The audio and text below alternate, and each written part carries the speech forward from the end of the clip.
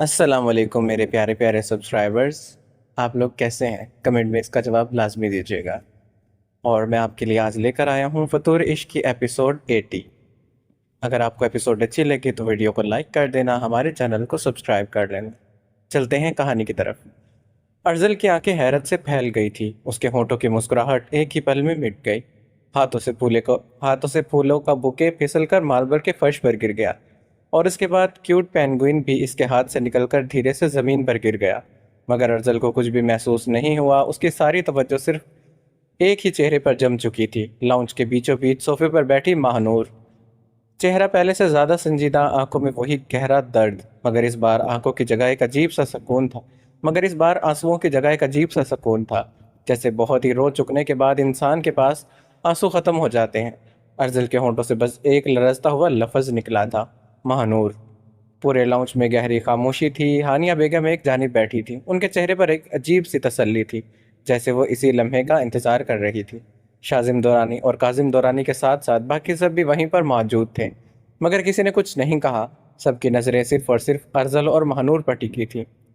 ارزل دھیرے سے اس کی جانب بڑھا. ہر قدم کے ساتھ اس کا دل زور سے دھڑک رہا تھا. اس کے ذہن میں ایک ساتھ ہزاروں یادیں چلنے لگی. اس کی مسکراہٹ، اس کی شرماتی نظریں، بیچ پر ہوئی وہ باتیں، نکاح سے پہلے کے جھگڑے، اور پھر اس کا اچانک سے غائب ہو جانا. وہ ماہ نور کے بالکل سامنے آ کر رک گیا. دونوں کے درمیان صرف چند قدموں کا فاصلہ تھا. ارزل اب بھی اس کو دیکھ رہا تھا، جیسا یقین نہیں آ رہا ہو کہ وہ واقعی ہی اس کے سامنے بیٹھی ہے. اس نے دھیرے سے کہا: ماہ نور، تم واپس کب آئی؟ ماہ نور نے اس کی آنکھوں میں دیکھا. اس کے چہرے پر مسکراہٹ ابھری، مگر وہ مسکراہٹ خوشی کی نہیں، درد کی تھی. برا لگا؟ اس نے نہایت ہی پرسکون لہجے میں پوچھا تھا. مجھے یہاں واپس دیکھ کر ارزل کا رنگ اڑ گیا. کیا؟ یہ کیا کہہ رہی ہو؟ ماہ نور نے اس کی بات کا جواب دینے کے بجائے دھیرے سے صوفے سے اٹھی اور اس کے سامنے ہاتھ باندھ کر کھڑی ہو گئی. اب دونوں آمنے سامنے کھڑے تھے. تم بدل گئے ہو ارزل دورانی. اس کی آواز میں نہ الزام تھا نہ درد، بس ٹوٹی ہوئی محبت کا بوجھ تھا. آج پہلی بار ماہ نور نے اس کو تم کہا تھا. وہی ماہ نور جو ہمیشہ اس سے بات کرتے وقت آپ کے سوا کوئی لفظ استعمال نہیں کرتی تھی. شاید جب دل ٹوٹ جاتا ہے تو عزت کے لہجے بھی بدل جاتے ہیں. ارزل نے فوراً سے کہا: نہیں، میں... مگر ماہ نور نے ہاتھ اٹھا کر اس کو روک دیا. نہیں، آج صرف میری بات سنو. تم نے بہت کچھ کہہ دیا تھا، آج میری بات سنو. ارزل بالکل خاموش ہو گیا. اس کی نظریں صرف ماہ نور پر ٹکی تھی. ماہ نور نے ایک گہری سانس لی، پھر دھیرے سے کہا: میں نے تم سے ٹوٹ کر محبت کی تھی ارزل. اتنی کہ پوری دنیا تمہارا نام اتنی کہ اپنی پوری دنیا تمہارے نام کر دی تھی. لیکن تم نے میری محبت کا صلہ کیا دیا؟ میں تمہاری زندگی سے گئی بھی نہیں تھی کہ تم نے کسی اور کو اپنی زندگی بنا لیا. اس کے الفاظ خنجر کی طرح سیدھا ارزل کے دل میں اترتے چلے گئے. لاؤنج کی فضا اور بوجھل ہو گئی. ارزل کی انگلیاں بے اختیار مٹھی کی شکل میں بند ہونے لگی. ماہ نور، بات ویسی نہیں ہے. ماہ نور کی آنکھوں میں ہلکی سی نمی ابھر آئی، مگر اس بار اس نے آنسوؤں کو گرنے نہیں دیا. اس نے دھیرے سے قدم آگے بڑھایا. تو پھر بتاؤ، کیسی بات تھی؟ میرے جانے کے بعد کیا ایک بار بھی تم نے میرے بارے میں سوچنے کی کوشش کی؟ کیا ایک بار بھی تم نے یہ سمجھنے کی کوشش کی کہ جس لڑکی نے تمہیں ہمیشہ اپنی سانسوں سے زیادہ چاہا، وہ اچانک تمہیں ٹھکرا کیوں دے گی؟ ارزل کی پلکیں جھک گئی تھی. ہاں، میں نے تم سے کہا تھا کہ میں تم سے شادی نہیں کرنا چاہتی، لیکن کبھی ایک پل کے لیے بھی میری آنکھوں میں دیکھ کر پوچھا تھا: ماہ نور، تم یہ سب کیوں کہہ رہی ہو؟ کبھی میری لرزتی آواز سنی؟ کبھی میرے لفظوں سے زیادہ میری آنکھوں کو پڑھنے کی کوشش کی؟ اگر تم نے ایک پل کے لیے بھی میرے لہجے اور الفاظ سے زیادہ میری آنکھوں پر غور کیا ہوتا ارزل، تو یقیناً تمہیں اسی دن سمجھ میں آ جاتا کہ میری زبان تمہیں ٹھکرا رہی تھی، مگر میری آنکھیں تم سے مدد مانگ رہی تھی. ارزل نے دھیرے سے آنکھیں بند کر لی. اس کے ذہن میں وہ دن بجلی کی طرح چمکا تھا. ماہ نور کی آواز پھر سے اونچی ہوئی: میں نے وہ سب اپنی مرضی سے نہیں کہا تھا، مجھے مجبور کیا گیا تھا. تمہاری ماں کی دھمکیوں نے میری زبان سے وہ الفاظ نکلوائے. اگر میں منع نہیں کرتی تو میرے بھائی کی جان چلی جاتی، یا پھر وہ ہمیشہ جیل میں ہی قید رہتے. تمہاری ماں نے میرے کردار پر داغ لگایا، مجھے بھگوڑی اور بد کردار کہا، اور تم نے جاننے کی کوشش بھی نہیں کی. بس جو سنا اسی کو سچ مان لیا، جو دکھایا گیا اسی پر یقین کر لیا. تمہیں اپنی محبت سے زیادہ دوسروں کی باتوں پر بھروسہ تھا. ماہ نور نے پلکیں بند کرتے ایک گہری سانس لی، جیسے ہر لفظ اس کے سینے کو دوبارہ سے چیر رہا ہو. پھر اس نے دھیرے سے ارزل کی آنکھوں میں دیکھا. تمہیں لگتا تھا کہ میں خود تمہاری زندگی سے چلی گئی، لیکن سچ یہ ہے کہ اس دن میری زندگی میں میری اپنی رہی ہی نہیں تھی لیکن سچ یہ ہے کہ اس دن میری زندگی میری اپنی رہی ہی نہیں تھی۔ مجھے کڈنیپ کیا گیا تھا، زبردستی پاکستان سے ترکی لے کر جایا گیا۔ وہاں ایک بہت بڑا مافیا تھا، خالد پاشا۔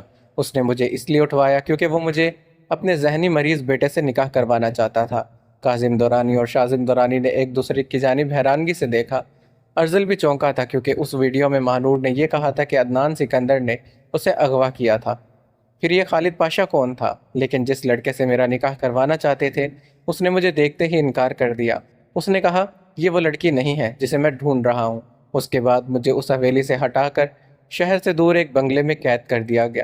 نہ باہر نکلنے کی اجازت، نہ کسی سے بات کرنے کی، نہ کسی کو اپنی زندگی کی خبر دینے کا موقع۔ ہر لفظ کے ساتھ ماہنور کی آواز اور بوجھل ہوتی جا رہی تھی۔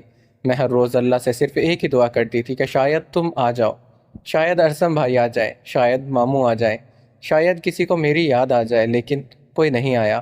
پھر مجھے وہ سچ پتہ چلا جس نے میری روح تک کو ہلا دیا۔ ماہنور کی نظر ایک پل کے لیے ہانیہ بیگم پر ٹکی۔ جس کاجف نے مجھے کڈنیپ کر کے ترکی بھیجا تھا وہ اکیلا نہیں تھا، اس کے ساتھ تمہاری ماں بھی ملی ہوئی تھی۔ مجھے دنیا کی نظروں میں گھر سے بھاگی لڑکی بنا دیا، ایک بگوڑی، ایک برکتدار لڑکی جو اپنی مرضی سے سب کچھ چھوڑ کر چلی گئی۔ اس کی آنکھوں میں آنسو چمک اٹھے تھے۔ یہ سب ایک سوچی سمجھی سازش تھی۔ کاجف اپنے مقصد کے لیے مجھے استعمال کر رہا تھا اور تمہاری ماں اپنے مقصد کے لیے۔ ایک کو مجھے ترکی لے کر جانا تھا اور دوسری کو مجھے تمہاری زندگی سے ہمیشہ کے لیے نکالنا تھا۔ دونوں کے راستے الگ تھے مگر منزل ایک ہی تھی، ماہنور کو برباد کرنا۔ شاذم دورانی اب تک گہری توجہ سے ماہنور کی ہر بات کو سن رہے تھے۔ ان کے چہرے پر حیرانگی، فکر اور بے یقینی کے ملے جلے تاثرات صاف نظر آ رہے تھے۔ جب ماہنور کی بات ختم ہوئی تو وہ دھیرے سے صوفے سے اٹھے، چند قدم چل کر اس کے بالکل قریب آ گئے۔ انہوں نے نہایت ہی نرمی سے ماہنور کے سر پر ہاتھ رکھا اور دھیمی آواز میں کہا، نور بیٹا، ایک بات میری سمجھ سے ابھی تک باہر ہے۔ تم بار بار جس کاجف کا ذکر کر رہی ہو، آخر وہ ہے کون؟ اور اس نے تمہیں ہی کیوں اٹھایا؟ اس کا تم سے کیا لینا دینا تھا؟ انہوں نے ایک پل کے لیے رک کر گہری سانس لی۔ اور یہ خالد پاشا، یہ سلطان، یہ ترکی کی مافیا، یہ سب آخر ہے کیا؟ ہم میں سے کسی کو ان لوگوں کے بارے میں کچھ بھی نہیں معلوم۔ جہاں تک ہمیں معلوم تھا اس ویڈیو میں تم صرف عدنان سکندر کا نام لے رہی تھی اور ہمیں لگا کہ یہ سب عدنان سکندر اور ہانیہ نے مل کر کیا ہے۔ لیکن اب تم کاجف کا ذکر کر رہی ہو، خالد پاشا کا نام لے رہی ہو، ترکی کی مافیا اور سلطان، یہ سب باتیں تو اس ویڈیو میں کہیں تھی ہی نہیں۔ شاذم کی آواز میں الجھن صاف محسوس ہو رہی تھی۔ بیٹا، میں واقعی کچھ سمجھ نہیں پا رہا۔ آخر اصل سچ ہے کیا؟ پہلے کاچف تمہیں اٹھاتا ہے، پھر تم خالد پاشا کے پاس پہنچتی ہو، اس کے بعد عدنان سکندر وہاں کیسے پہنچ گیا؟ اور پھر اس ویڈیو میں صرف عدنان سکندر کا نام کیوں تھا؟ یہ ساری کہانی آپس میں جڑی کیسے ہے؟ وہی بتانے جا رہی ہوں ماموں۔ اس نے دھیرے سے اپنی نظریں اٹھا کر سب کو دیکھا۔ ماموں، سب کچھ اس دن شروع ہوا تھا جس دن ارزل ترکی بزنس کے سلسلے میں گیا تھا۔ ماہنور کی نظر ارزل پر جم گئی۔ تمہیں شاید یاد بھی نہ ہو لیکن اس دن تم نے ایک انجان لڑکی کی حفاظت کرتے ہوئے ایک آدمی کو بری طرح سے مارا تھا۔ لیکن وہ کوئی عام آدمی نہیں تھا، وہ خالد پاشا کا بیٹا سلطان تھا۔ لاؤنج میں بیٹھے ہر شخص کا چہرہ سخت ہو گیا۔ ماہنور نے بات جاری رکھی۔ اس دن کی مار صرف اس کے جسم پر نہیں لگی تھی، اس کے بعد اس کی ذہنی حالت بالکل بدل گئی تھی۔ وہ ایک سمجھدار جوان تھا، ایک بچے کی طرح ہو گیا۔ ارزل کی آنکھوں کے سامنے اچانک ترکی کا منظر گھوما۔ جب خالد پاشا کو پتہ چلا کہ اس کے بیٹے کا یہ حال کس واقعے کے بعد ہوا تو اس نے تمہارے بارے میں سب کچھ معلوم کروایا۔ لیکن اس تحقیق کے دوران ایک اور چیز ان کے ہاتھ لگی تھی۔ تمہارے وائلٹ سے میری تصویر گر گئی تھی، وہی تصویر جو سلطان نے اپنی مٹھی میں مضبوطی سے پکڑ رکھی تھی۔ ارزل کا چہرہ سفید پڑ گیا۔ خالد پاشا نے بس اتنا دیکھا کہ اس کے بیٹے کی مٹھی میں میری تصویر ہے۔ اس نے یہ سمجھا کہ میں وہی لڑکی ہوں جس کی وجہ سے تم دونوں کے درمیان لڑائی ہوئی ہے اور جس کی وجہ سے اس کا بیٹا برباد ہو گیا۔ اس لیے ارزل دورانی سے بدلہ لینے کے لیے مجھے کڈنیپ کر لیا گیا۔ پورے لاؤنج میں سناٹا چھا گیا۔ خالد پاشا چاہتا تھا کہ میرا نکاح سلطان سے کر دے تاکہ جس لڑکی کی وجہ سے اس کا بیٹا برباد ہوا وہی اس کی پوری زندگی اس کے ساتھ گزارے۔ لیکن جب سلطان نے مجھے دیکھا تو اس نے فوراً سے انکار کر دیا۔ یہ وہ لڑکی نہیں ہے، مجھے وہ چاہیے، ہیر۔ ماہنور کی آواز دھیمی پڑ گئی۔ تب خالد پاشا کو سمجھ آیا کہ انہوں نے غلط لڑکی کو اٹھا لیا ہے، لیکن تب تک میں ان کے قبضے میں تھی۔ اس نے گہری سانس لی۔ رہی بات عدنان سکندر کی تو وہ اور خالد پاشا پرانے دوست ہیں۔ جیسے کہ آپ جانتے ہیں کہ عدنان سکندر کی نظر میری ماں پر بہت ہی پہلے سے تھی، لیکن میری ماں نے ان کو ٹھکرا دیا تھا، ان کی محبت کو نہیں ان کی گھٹیا سوچ کو، اس بے عزتی کا بدلہ وہ میری عزت لوٹ کر لینا چاہتے تھے۔ شازم درانی کی مٹھیاں بچ گئیں، لیکن اس دن اللہ نے میری حفاظت کے لیے کسی اور کو بھیج دیا۔ خالد پاشا کا سب سے بڑا دشمن، ایک اور مافیا ڈان، کیان۔ اس نے مجھے بچایا اور عدنان سکندر کو اپنے ہاتھوں سے مار دیا۔ پھر مجھے پتا چلا کہ خالد پاشا اور سلطان جس لڑکی کو ڈھونڈ رہے تھے وہ میں نہیں تھی۔ اس نے چند لمحے خاموش رہ کر ارزل کی آنکھوں میں دیکھا، ہر لفظ سوچ سمجھ کر ادا کیا۔ وہ لڑکی تھی، وہ لڑکی ہیر تھی، کیان حاتین کی سگی بہن۔ ارزل کے دل کی دھڑکن ایک پل کے لیے رک گئی۔ مہنور نے اس کی آنکھوں سے نظر ہٹائے بغیر کہا، جس لڑکی کو تم نے ترکی میں بچایا تھا وہ کوئی اور نہیں، ہیر تھی۔ ایک اور لمحہ گزرا، پھر اس نے آخری وار کیا، یعنی کہ تمہاری ہیزن۔ ارزل کو لگا جیسے دورانی مینشن کی چھت اس کے سر پر گر گئی ہو۔ اس کی آنکھیں بے اختیار پھیل گئی، سانسیں سینے میں اٹک گئی۔ ہانیہ بیگم کے ہونٹوں پر ایک فاتحانہ مسکراہٹ ابھر آئی۔ انہوں نے فوراً بات سنبھالتے کہا، دیکھا جو میں پہلے ہی کہہ رہی تھی کہ وہ لڑکی جھوٹی ہے، مگر تم نے میری ایک بات پر بھی یقین نہیں کیا۔ اب ان کی آواز میں پہلے سے زیادہ زہر تھا۔ آج دیکھ لو، جس لڑکی کو تم اتنی عزت دے رہے تھے وہ اپنی اصل پہچان چھپا کر تمہاری زندگی میں آئی۔ اس کا بھائی ایک بڑا خونی ہے، روز لوگوں کا خون کرتا ہے، ایک گنڈا دہشت گرد۔ اور وہ لڑکی بھی تم سے سب کچھ چھپا کر تمہارے ساتھ نکاح کر گئی۔ میں پہلے دن سے کہتی آ رہی تھی، لیکن تمہیں میری بات پر یقین نہیں تھا۔ اب دیکھ لیا نا اس کا اصلی رنگ۔ مگر ہانیہ بیگم ابھی اپنی بات پوری بھی نہیں کر پائی تھی کہ بس شازم دورانی کی گرجتی آواز نے پورے لاؤنج کو ہلا دیا۔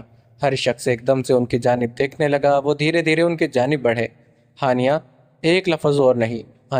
ہانیہ بیگم نے کچھ کہنا چاہا، لیکن شازم نے ہاتھ اٹھا کر انہیں وہیں روک دیا۔ میں نے کہا نا، ایک لفظ بھی نہیں۔ آج تم کسی اور کے کردار کا فیصلہ کرنے کی حقدار نہیں ہو۔ جس عورت نے اپنے ہی گھر کی ایک معصوم لڑکی کی زندگی برباد کرنے کی سازش کی، وہ آج کسی دوسری لڑکی کو جھوٹا کہنے سے پہلے اپنا چہرہ آئینے میں دیکھ لے۔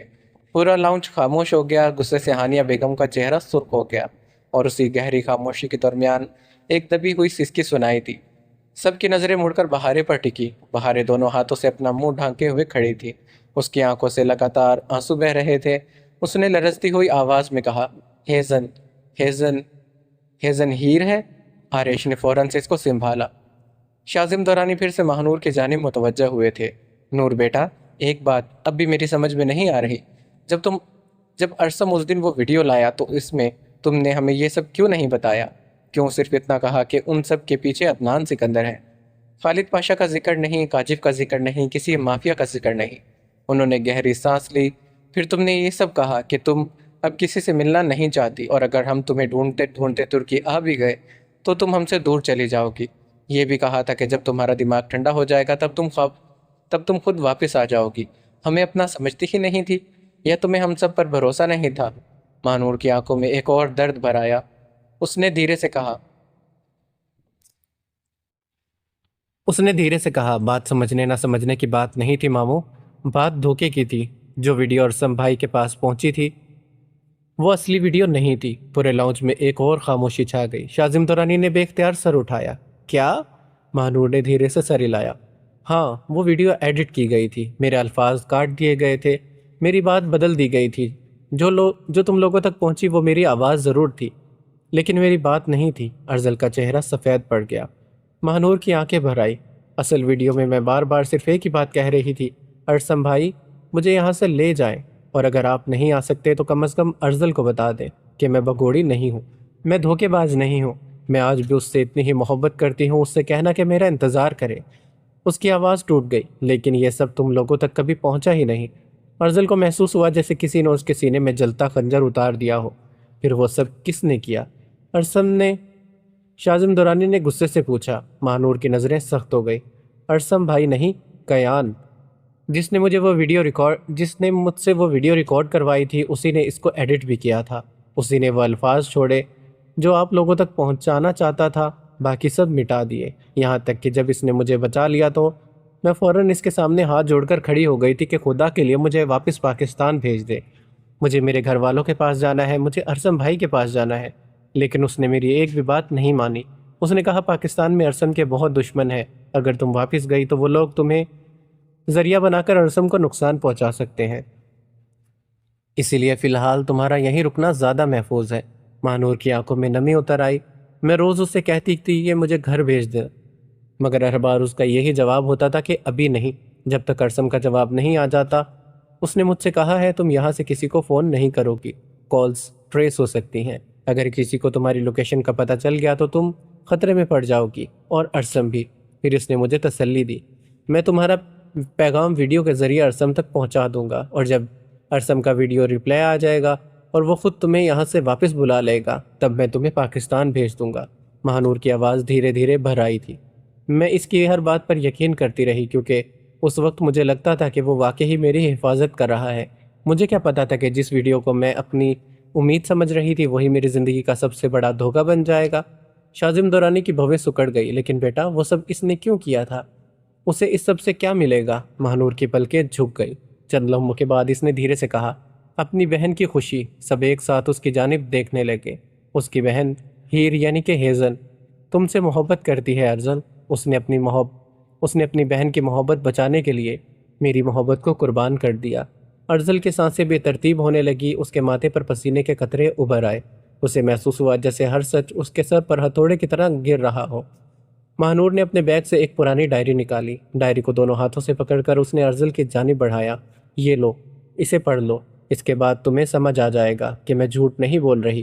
ارزل نے لرزتے ہاتھوں سے ڈائری لے لی۔ اس کی انگلیاں کانپ رہی تھی۔ شاذم دورانی نے حیرانگی سے پوچھا، ڈائری؟ اس میں کیا ہے؟ پڑھنے کے بعد آپ کو پتہ چل جائے گا ماموں۔ شاذم دورانی کی نظر ارزل کے بدلتے چہرے کے تاثرات پر جم گئی۔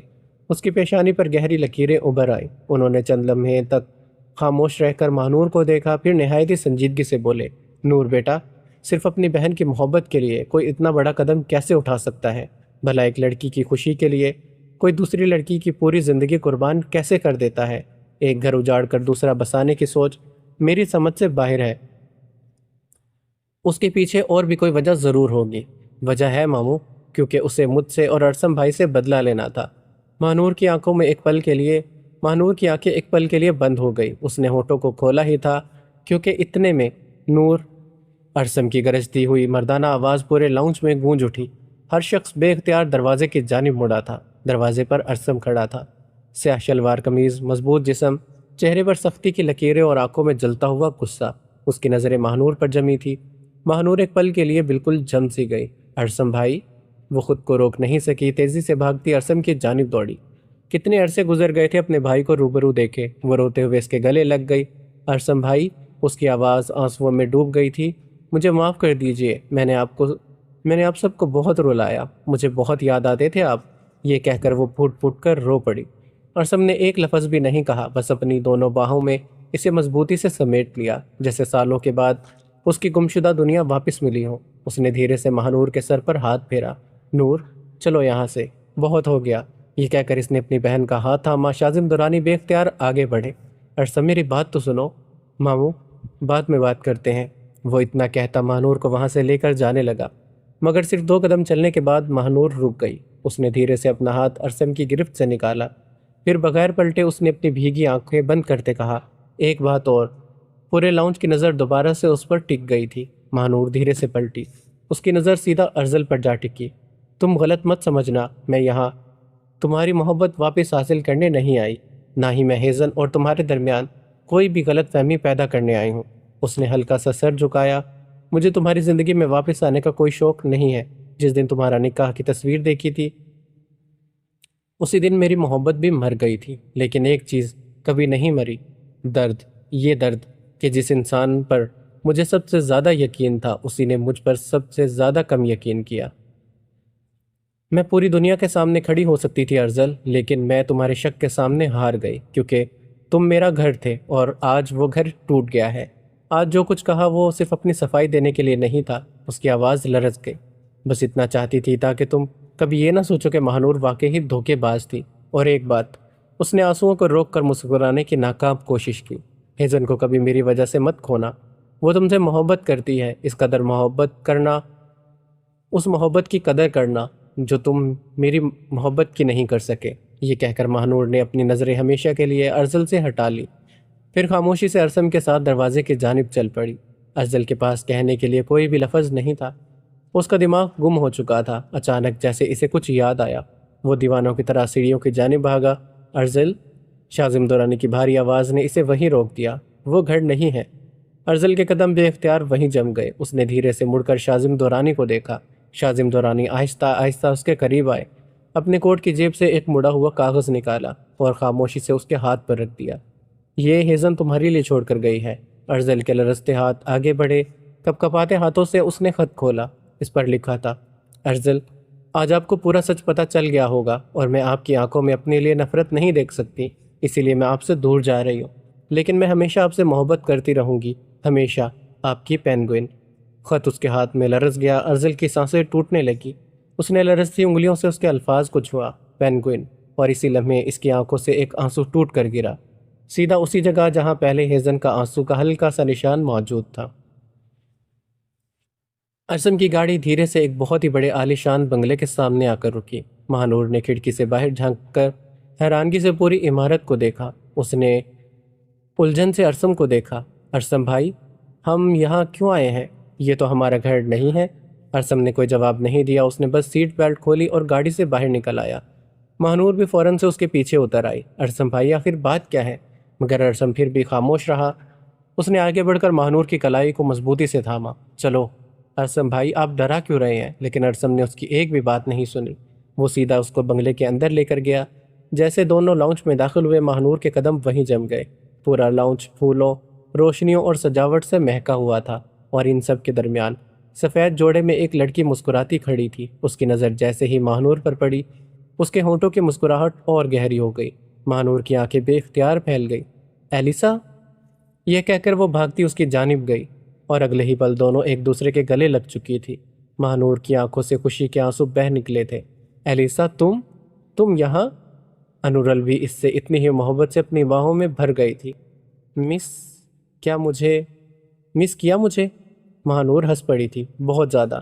پھر اس نے تھوڑا سا پیچھے ہوتے حیرانگی سے پوچھا، لیکن تم یہاں کیا کر رہی ہو؟ انورل نے مسکراتے ارسم کو دیکھا، پھر نرمی سے کہا، جہاں تمہارا بھائی ہوگا وہاں تمہاری بھابھی کو بھی ہونا چاہیے نا؟ مہانور ایک پل کے لیے اس کا چہرہ دیکھتی رہی، پھر اس کی خوشی کا کوئی ٹھکانہ نہیں رہا۔ اس نے پہلے انورل کو دوبارہ سے گلے لگایا، پھر فوراً سے مڑ کر ارسم کو زور سے گلے لگا لیا۔ ارسم بھائی، میں بہت خوش ہوں، سچ میں بہت خوش۔ اللہ آپ دونوں کو ہمیشہ خوش رکھے۔ ارسم نے صرف اس کے سر پر پیار سے ہاتھ پھیر دیا۔ مہانور نے آنسو صاف کیے، پھر پورے لاؤنج کی سجاوٹ کو دیکھا۔ اس نے پھر سے انورل کو دیکھا۔ ویسے یہ سجاوٹ کس کے لیے ہے، اور تم اتنا تیار کیوں ہوئی ہو؟ انورل کی مسکراہٹ اور گہری ہو گئی۔ نکاح ہے اور رخصتی بھی۔ مہانور نے شرارت سے آنکھ دبائی۔ اوہو، تو آج آپ دونوں کا نکاح اور رخصتی ہے؟ انورل ہنس پڑی تھی، مگر اس سے پہلے ارسم کی سنجیدہ آواز گونجی، نہیں۔ مہانور نے حیرانگی سے اس کو دیکھا۔ ارسم نے اس کی آنکھوں میں دیکھتے دھیرے سے کہا، یہ ہمارا نکاح نہیں، تمہارا نکاح ہے۔ یہاں پر یہ ایپیسوڈ ختم ہوتی ہے، اور آپ نے کمنٹ باکس میں مجھے بتانا ہے کہ ارسم مہانور کا نکاح کس سے کرے گا۔ ملتے ہیں نیکسٹ ایپیسوڈ میں۔ اپنا خیال رکھیے گا، ویڈیو کو لائک ضرور کیجیے گا۔ اللہ حافظ۔